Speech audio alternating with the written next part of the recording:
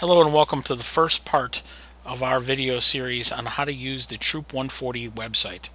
This initial video will focus on the basics of using the site, including getting signed on, changing your password, and setting up your profile. If you have any questions after this video, please contact one of the leaders of the troop and we will be sure to get your question answered. There is an online help that is published by the company from whom we use the website, Troop Web Host, which has a lot of good answers. So let's go ahead and get started. Some have asked why the troop uses a website. It is basically a storehouse for all of our signups and all of our calendar events. Doing this on paper would be non-economical and waste our precious resources. Others would ask, is my information that I put on the website safe? The answer to that question is yes. As I mentioned in the previous slide, we use this website as a function of Troop Web Host, which is used for many packs and troops throughout the country and world.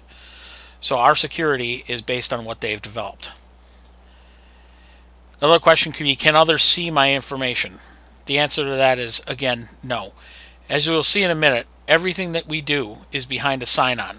So unless you have sign-on to our site, you will not be able to see any of the information.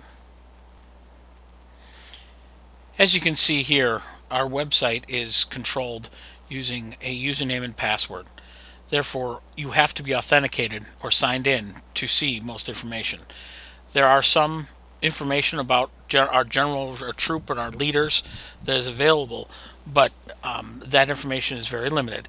You can see the calendar of our events, but you cannot see who's attending, where they are, or anything else of that nature. The first question you may have is, what is the URL or the location of our website? You can actually get it from three different locations: www.troop140lombard.com, www.troop140lombard.org, or the legacy address that we used in the last website, which is 140strong.org. All of these websites addresses will eventually bring you to the same site. The next question that you may have would be, do I need a special browser to access a site? No, you don't. You can use any browser. My demo will be using the Google Chrome browser, but that's just because I'm a tech geek and I like it. Another question might be, can I get to the site from my mobile phone? Clearly, yes, you can. There's not an application you need to download. You just have to use the browser on your phone. Now, it's a graphical site, so if you're using your mobile data, it's going to grab a lot of data. Best be on Wi-Fi. Where does one get their initial user ID? This was communicated to everyone that was active when the website went live in March of 2014. If you have discarded this information, please use the email address below to request it again. The same holds true for your initial password.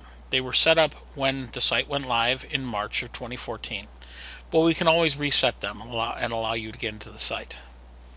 The other question I get a lot is, does my whole family need to operate on one account? The answer to that is a resounding no. This website has a functionality so that we can set up scout accounts and parent accounts. We're not charged any extra more for the amount of accounts we have. So we encourage the scout to have one account and parents to have one or more accounts. The parents can see and administer information for their scout and their scout only. And obviously the scout account can only see information for themselves. Again, contact the email address below if you need any of this information reset. So let's go ahead and sign in. I developed a fictional user called Mforte. Type in his username, the password that he was originally given, and if you either hit enter or go ahead and click the log on button, you'll notice that the page changes and now there's more links. You can see more information and click on the calendar events, and also the photo gallery shows up. So I want to walk you through one of the more important tabs, which is My Stuff. The first entry on there, it says My Account. This will bring up your financial standing with the troop. For the vast majority of people, this is going to be empty. We're not currently using this functionality, but we will in the future. The next most important tab is My Contact Information. This is where you enter, obviously, your contact information. If you got a nickname or an address, the more information you enter here, the less times we're going to have to ask you for it. So enter as much information as you possibly can, and keep it updated. If you would happen to move or change phones or anything else like that, make sure to update it here again. As far as the phone numbers, we're going to assume area code 630 unless otherwise given. But so if you got a different area code, make sure to put it in there. Date of birth is really important. Obviously, everything for Scout stops around your 18th birthday, so make sure it's accurate, the correct year, and that type of thing. Probably the most important piece of information is your email address. Notice there's already one email address there. If you don't have an email address, if a new Scout doesn't have an email address, you can go to Yahoo or Gmail or Hotmail and get your own a free email address. You can put in multiple email addresses if you've got multiple accounts and you want emails to go to all of them. Another field that's good to populate, if you know it, is your BSA membership number. It's a number that is kind of your scouting social security number. Emergency contact information, obviously good to add mom or dad or whoever. Once again, the more information you put in there, the better it's going to be. You hit the save button down at the bottom. You make sure to get this message that says your information has been saved. Next most important thing to do is go change your password. That password that you were initially given is called a default password. Just give yourself a new password. The password here is case sensitive, so little h does not equal big H. So make sure you remember what you did. You don't have to verify it. And then hit the save button, and you get the same information. Your information has been saved. That's the first two tasks you need to do. So let's go from there. And now we've changed our password and stuff like that. Let's go ahead and log off of the site, as you should do anytime you complete work with the site. Just go up to the log off button, click it, and you wonder how can I get the information if I lost it. There's a link up here that will allow you to request your username or your password be mailed to the email address you have on file. Obviously, I don't need to do that here, but so I'll just go ahead and click the cancel button.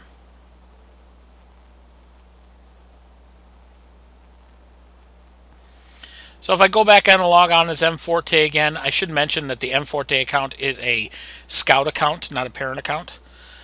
So I'll go ahead and log back in. And probably the next thing everyone wants to do is look for what's happening next in the troop. So if you go up to the Activities tab, you can pull down the calendar. So that's the troop calendar. And you can see that there's events on the calendar. Obviously, the events for 2015 have not been added yet, but here's the calendar for January 2015. If you want to look at one event, all I got to do is click it, and it'll bring up more information about the event itself. I'll just play with a couple events that currently exist on here. For example, the Order of Arrow elections. So here you can get more information about when it starts, when it stops, where it's located, and that type of thing, and your participation. So for you and your parents, you can decide if they're driving or not. Obviously, my parent is named Walter Payton, and I've selected to go to this event, and my parent has not. If I want to save this information, I just have to hit save. Down below, you can see what adults and what scouts are already attending this event. Obviously, I don't want to actually save this information, so I will go ahead and click cancel. But to save it, you just hit the save and exit. Another way to do this same action is also on the My Stuff page. You can get a list of all upcoming events, and you can sign up for multiple events through one page. So you can just run through the list of events. I don't know why the Order of Arrow elections is on there twice, but well, I'll look. So you can just say, yes, I'm going to this one. Yes, I'm going to that one. No, I'm going to this one, and that type of thing. And you can quickly sign up for all the events that you want to attend. Getting this sign up information is incredibly critical to those of us who are planning the events. So if we go back to the main home page, I want to run through a couple of the other information on these tabs. So again, to the My Stuff, it has a lot of my information at the bottom, my forum postings, my ranking advancements, and the like. This information is in the process of being populated, so it may not be complete as of yet, but it will be being used in the short term. In the near term, I should say. Email and forum will be the topic of another video in this series, so we'll leave that where it is. The Troop has a number of different reports that you can run. However, they all display information that we don't want to have out on YouTube, so I'm not going to run them right now. But you can get a listing of patrols and active adults and that type of thing if you want it. Again, the activities in the Troop calendar, very important. You could head over to the photo gallery and look at the photos from our latest outing when they get posted. For example, I'll go to the outing at the Eagle Cave, and you can run through the pictures that were put out there from really fun outing. They add to the richness of the site. Again, to the help tab, if you click the user guide, this brings you out to the Troop web host user guide. Again, this is not customized for our Troop, but it has a lot of good information about just about every page that is in the site. So it's a good resource if you get lost, but again, you can contact one of the leaders and they can help you out too. Finally, I want to go back to the home page. There are a couple of good resource links that are out there. Number one is download of forms. These are just documents that are out there. It has the permission slip for our outings. That's the default one. It doesn't have the specific information in it. Then you can also go click the BSA medical forms, which will send you out to the BSA website, and you can go ahead and complete that and get it to the leaders. Really important to have that updated.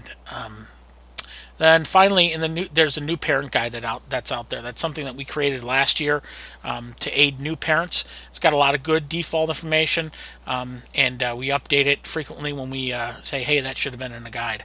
The last thing there is the resource links, which is just links to other websites. Right now we've got Be a Scout, My Scouting, and the Three Fires Council. So these are all good information links for everybody. So that pretty much completes what we want to do with the M Forte account. So I'm going to go ahead and log out of M Forte and log into his parent, which is the W Payton account. So I'll go and use his username and password, spelled correctly, of course. And you can see that the links do look vastly the same, but there is some changes. I just want to point out those changes. So the site looks the same. Under My Stuff, there is a link to something called My Scouts. So bring this up. You could look at all information for that specific scouts. This is set up this way in case that a parent has two scouts in the troop. Other things that are same. Obviously, the contact information needs to be updated. There's training history for adults and any adult awards that the adult has earned. Email's the same, Troops the same, advancement same, activities, photo gallery. The only changes here is that we allow adults to upload photos and create video links. So that's something that we do not allow scouts to do. The help menu is the same. It just brings up the same user guide and help about this page. So it's all good information, all customized to the type of user you are.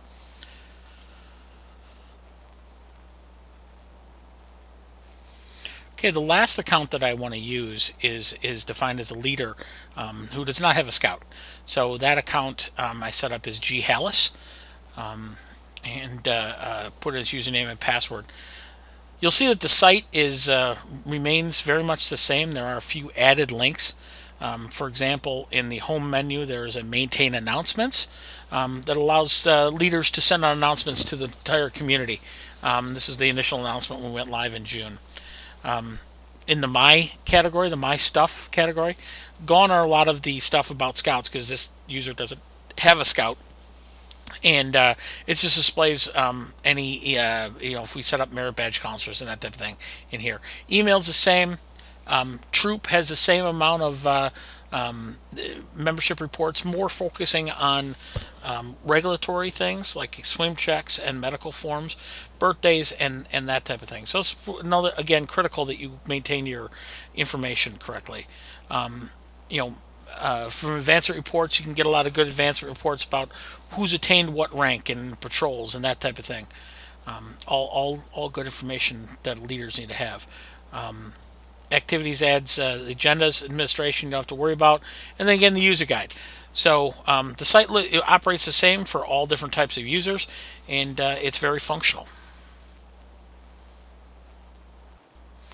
Okay, so that covers the topics that I wanted to cover for this initial video. Thank you for watching. Hopefully it's been informative and gives you the information you need to get started on a website. So if you have any questions, as always, contact one of the leaders, or you can email me directly at the email address shown on the screen. We this is our first foray into these training sessions, so any comments or suggestions would be greatly appreciated. And we hope that you enjoyed this information. Due to the free version of this software, I need to keep this video under 20 minutes.